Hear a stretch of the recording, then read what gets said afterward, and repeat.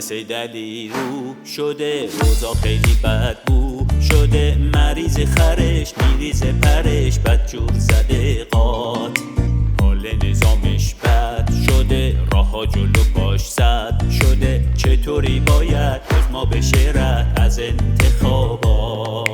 اروپا که ازش دور شده، برجام گره کور شده، عضما داغونه آخه میدونه دیگه نمیمونه، رفته بسته به چین دخیل میکنه گورش رو، بابیل کاندیدا آپاس دارن و نظامو میچلونن. سیدعلی ریشش درازه توی فاز انقباضه، میزنه رو پاش شده آشولاش داره میمیره، قاسمو کردن لباشو حالا کی رو بذارم به جاشو، چی شده عراق تو گل اولاق بدجوری گیره.